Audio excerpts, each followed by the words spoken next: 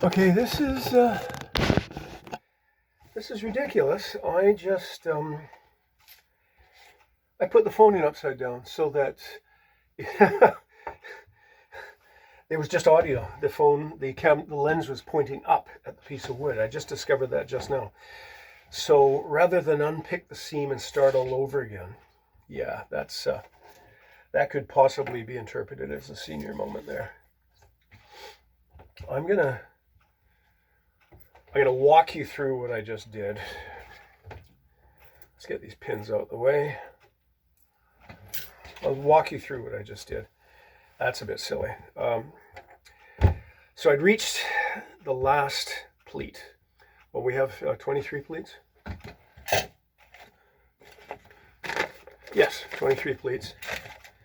And if you remember, when I got to the halfway point, I measured. I saw that I was a tiny bit over. I paid close attention for the rest of it. And I'm still just a tiny bit over, like less than half an inch, less than 5/8 of an inch. So I'm going to go with that. It doesn't matter. If it was greater than that, yeah. But what we can do to compensate if it's a little bit over, a little bit under, we just make the aprons larger or smaller within acceptable parameters. So I got to the last, I can't believe that I did that mistake. I'm going to explain all of this. So I got to the last seam, and on the last seam, you remember there was a chalk mark, an arrow, which showed that was the meeting place. So what I did was I took my gauges. I'm going to mark this on the cloth because actually I'm better off. Let me mark it on the top band. Do you remember there was, let's call it there and there. And let's admit this was the meeting place, and remember I'd marked it like that. So what I have done is I'm being careful, even though this isn't going to be a pleat, I'm being careful to mark the right hand edge as we're looking at it relative to the pattern, as though it would be a pleat, because if I'm sloppy about this, it's going to create an uneven pleat depth inside, which nobody looking at the kilt when he's wearing it will see it, but the moment he takes it off and turns it over, the eye will immediately go to it, and it's not best practice. So that last pleat, I brought it to this edge wrong. I just did that wrong. That's easy to do. You pin to the wrong chalk mark. You have to stop and think and look. You can, even as a well-practiced kilt maker, you can still fall into silly little mistakes. Okay, pins. We'll assume let's pretend this is the full 7 inches. It's pretty close. And then, we'll ignore those for the time being. And then, let's say that the edge of the apron was about yay, which we'd marked out at the beginning. And then I bring this over, and again, it's parallel, or it's parallel to the pattern from the top of the kilt to the middle of the strap and buckle line. And then it's flared, it has a taper down to the bottom of the fell.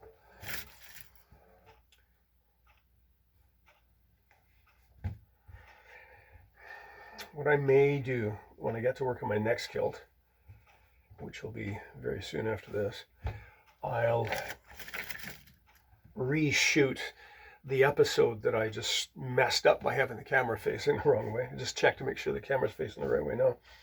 So I pin that seam, but I pin the top of the deep pleat to make sure it remains parallel to the top edge of the kilt. I then sew that.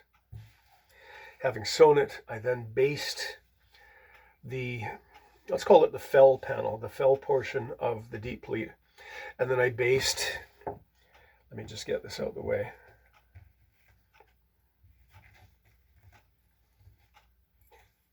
This is annoying because I spent quite a bit of time explaining how I offset the cloth so that as I'm sewing and the cloth creeps to its relative to each other, that I maintain the seam. So yeah, I guess I'm actually going to have to shoot that episode again. Okay. Basted it, and then also I've basted down the edge of the outside edge, the right hand edge of the inner pleat, the inner apron, I should say. When I do this, I refer to the photograph that I took of the customer. He's dressed in shirt, tucked into trousers, pictures taken from front, side, rear, so that I do that so I can see his musculature, I can see his posture, his physique, all of that stuff. But in this case, I'm looking at the muscular development of the legs, because if somebody's very skinny legs, it's not terribly hard to do. But if someone's got developed or highly developed thigh muscles, we have to account for that in this curve. And sometimes I can get it right by looking at the pictures and sewing from my experience. But there are other times, and as you can see right there, I've actually done this wrong. I'm going to unpick this. You'll notice how this edge should remain parallel to that. Can you see it? The edge of the apron here should remain parallel to this red line all to the bottom, but it's creeping that way, which is a mistake. Good on me, look at that. I've made a mistake. It keeps me humble, I believe. I'm going to leave this basting in for now because it just helps. It makes the apron a little bit better to manage while I'm moving it back and forth. But I'm going to pull that out. And then after I've got the canvas in a few episodes from now, I'm going to call the customer in for a fitting so that I can put the kilt on him for a trial fitting and see how the aprons want to fall. I'm going to use gravity as my guide.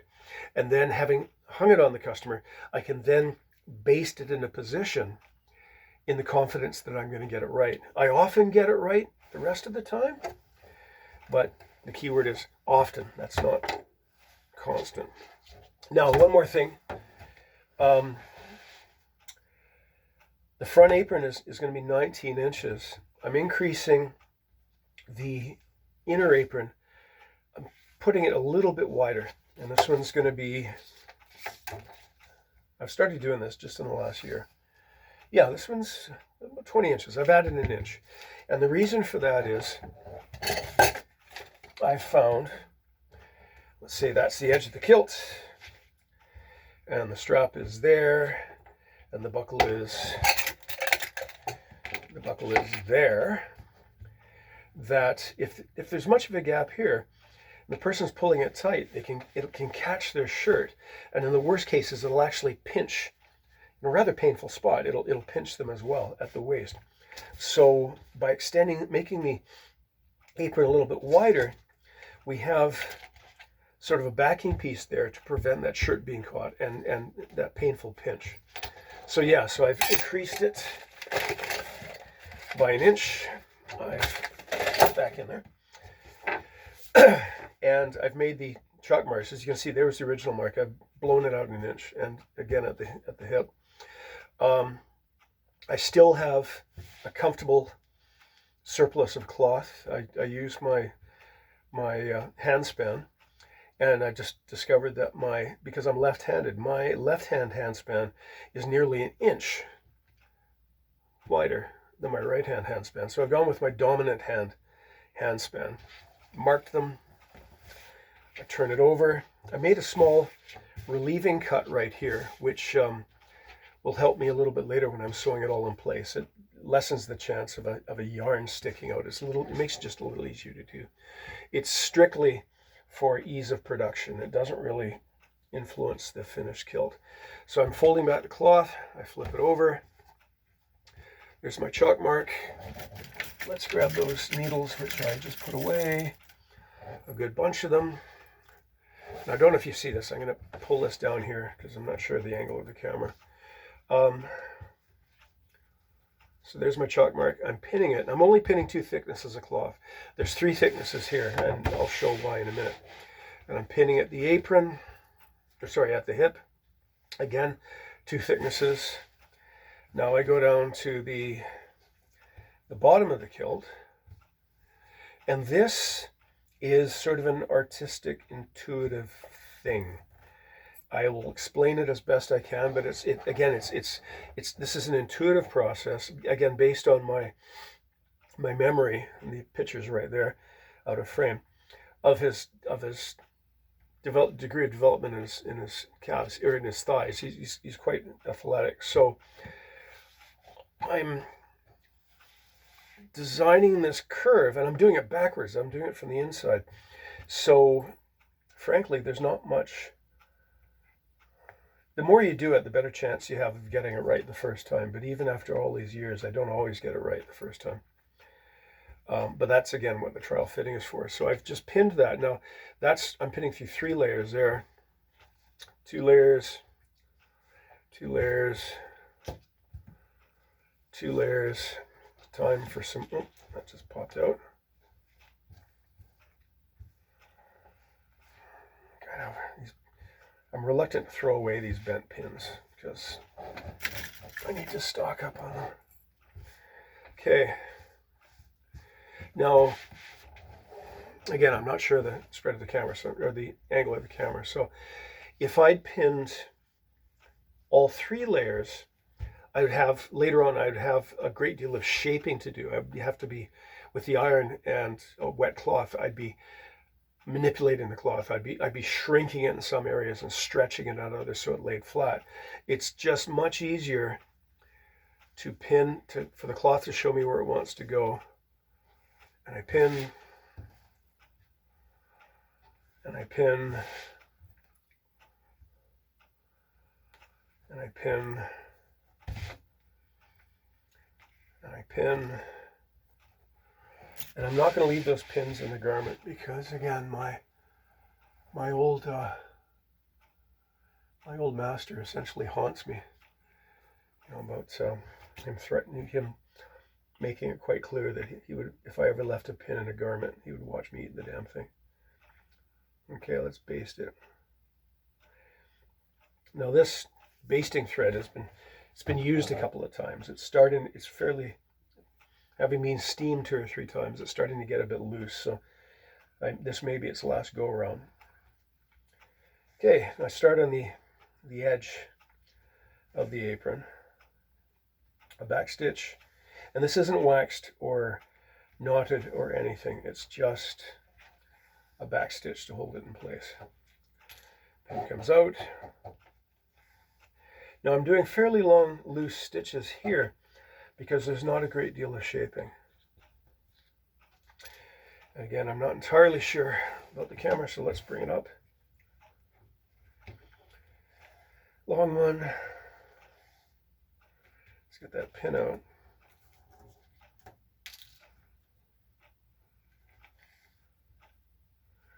Now from here, there's the hip measurement. From here, my stitches are going to get closer together because there's more shaping involved. The cloth is taking a greater curve.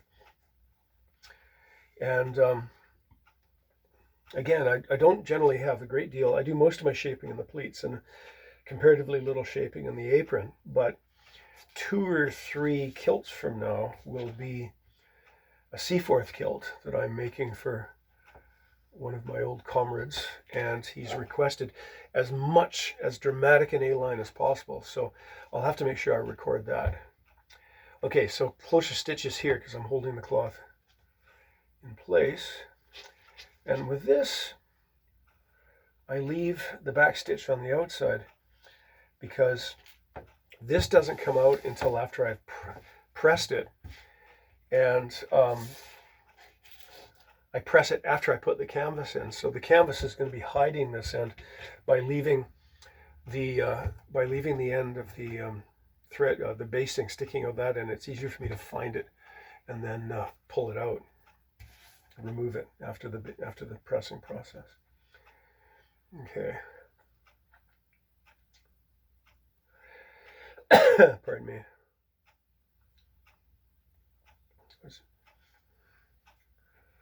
Okay, now I'm doing the same thing at the fold. Let's take these pins out. Now you can see there's a bit of topography here. The cloth is a bit bunched, so I'm going to be, and I'm about 1.5 inches in, because I need to be able to turn this up to do the hidden stitch. But I'm going to be doing, right from the get-go, I'm doing fairly close bastes, because these bastes, see this little, you can't see it, but there's this little hill here with a close baste. I'm knocking that hill down and I'm holding it in the position that I want the finished kilt to be. And again, when it comes to the ironing, and I'll be explaining that at the time, the iron, we're using it to, the steam and the heat, we use it to actually shrink the cloth. And we can also stretch cloth the same way. Okay.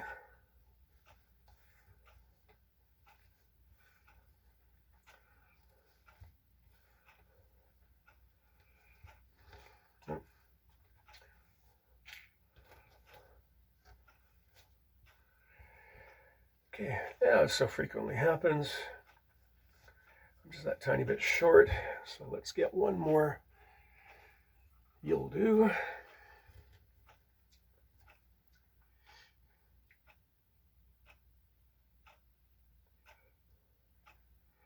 Okay.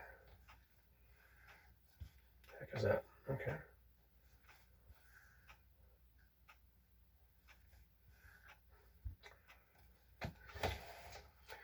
Sorry, there we are. I keep forgetting about the limited field of the lens. Same thing again, leave the clue, spelt C-L-E-W, meaning a loose thread sticking out, and that's the origin. That became clue, C-L-U-E, a clue in a puzzle, because the original meaning was, oh, here's a loose piece of thread. Let's pull it to see where it goes. Let's see what happens. And now it's entered the detective lexicon. Okay, there we are. You can see the tail is just sticking out there. If I hadn't cut the, can you see that? If I hadn't cut that corner off, there'd be loose thread sitting there. So when I'm sewing it, I'm just going to make sure it's well tucked inside, so it's not hanging out later. Now, so there we go. This is relatively straightforward. I have done kilts where the A-line was so pronounced that I had to put a third row of basting down the middle to knock the middle down. But there we go. Yeah, I'm just going to carry on and do the finished sewing on this. Right, a good length of my thread. I will get around. I noticed that there's been quite a few comments posted, and when I will answer them when I can find the time. I'm just so very, very busy this week. I've been really putting out the work. Something like a 12-hour day yesterday, and I imagine that today will be about the same. Got to get, okay. Somebody had asked why I don't use silk thread. Well, I don't have a local supply, and I suppose I could spend some time placing mail orders just as an experiment to see what sort of product I get and the thicknesses. I'm going to have to re-educate myself. I'm going to have to relearn the gauges of the thread, the number size of the thread, because in the past I've had to, well, when I was an army kilt maker, I was working with what they supplied me, but I've also been working with what's available, but I simply don't use polyester anymore. It's nasty, and the quality's fallen off. Okay, so there's my knot. Oh, duty. I have to say, I really appreciate the neutral green of this quilting mat. It certainly rests the eyes. Okay, so I'm going to take a stitch and a back stitch. making sure the back stitch is this way and not that way. I have to use the old man zoom. No, I got it right. Okay, cool. And now I start bringing it along. Now as I advance the stitch, I'm endeavoring to have the thread, the visible part of the thread, lining up with the detail, the twill of the tartan, because it just makes it harder to see.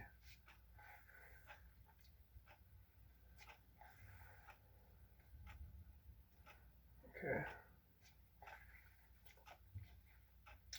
So after this video is done, I'll take a look at it before I post it and see if I decide at that point if I have to do a supplementary video showing my stitches. I know a couple of people more than a couple of people have asked for it, so I'd hoped it will happen. It's just not going to happen on this kilt. Okay, you see that end is sticking out, so I'm just pulling it down. Just get in there. I want it to be far enough down that I'm not going to have a thread or yarn emerging at some point in the future. Holding it tight by pinching it in my right hand, but holding it with my left pinky there to put the needle through. Oh, you got caught in the end. And again, okay, here's the point where I have to be doubly sure. Get in there.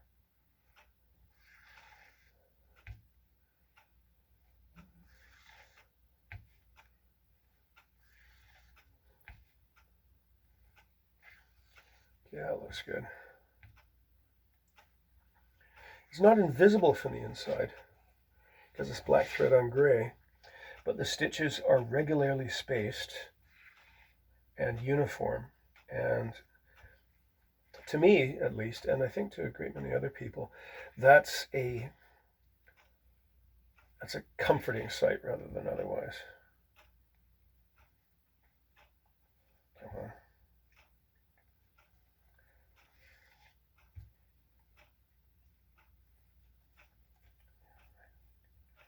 Get in there.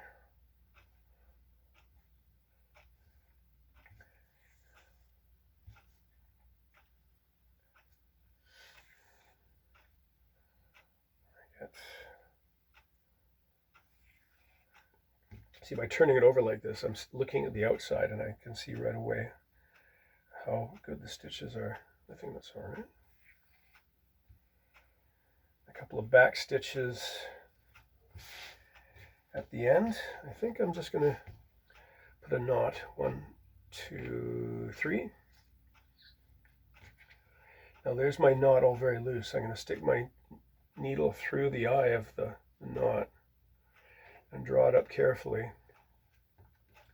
and then use the needle to pull the knot down to where I want it relative to the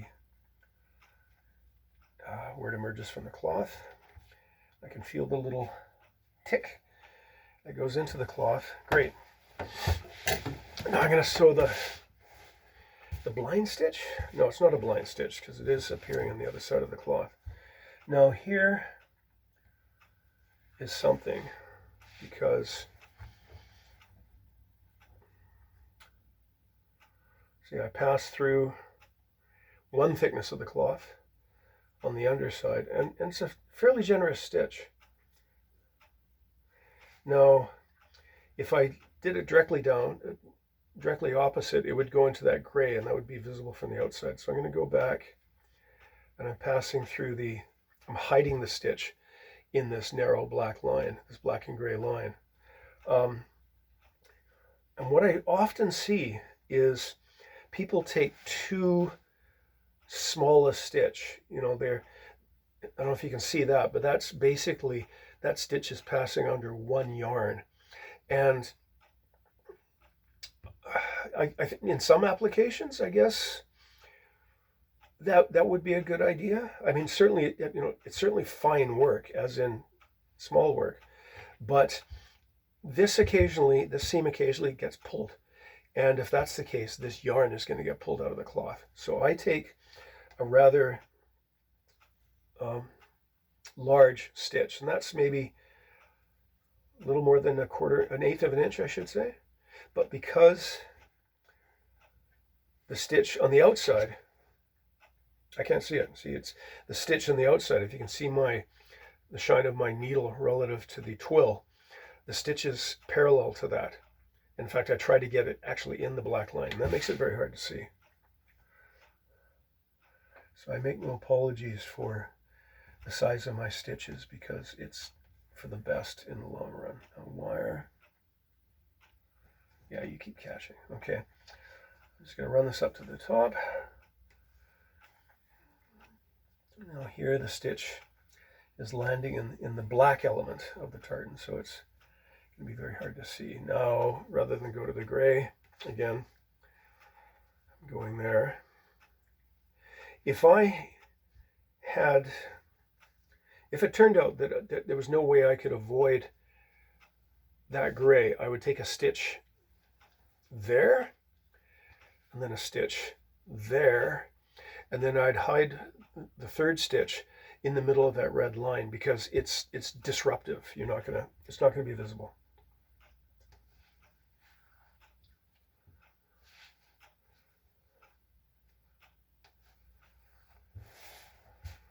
Okay.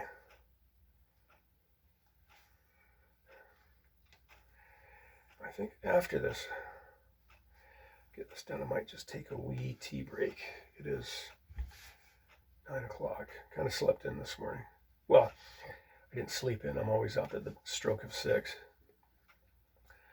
And I have my alarm clock in the other room, so I'm forced to put feet on the deck and get in there and turn it off. It's funny how a lifetime of being up before dawn, I just cannot break that habit. Nor do I wish to.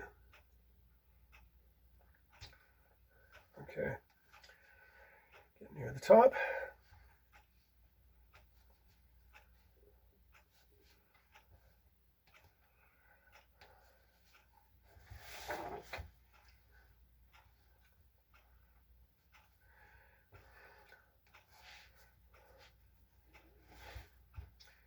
Hope my hands aren't blocking these shots, but we'll see. Okay, so I've reached the end of the last one. I'm just going to go right there. I'm going to go up through the cloth.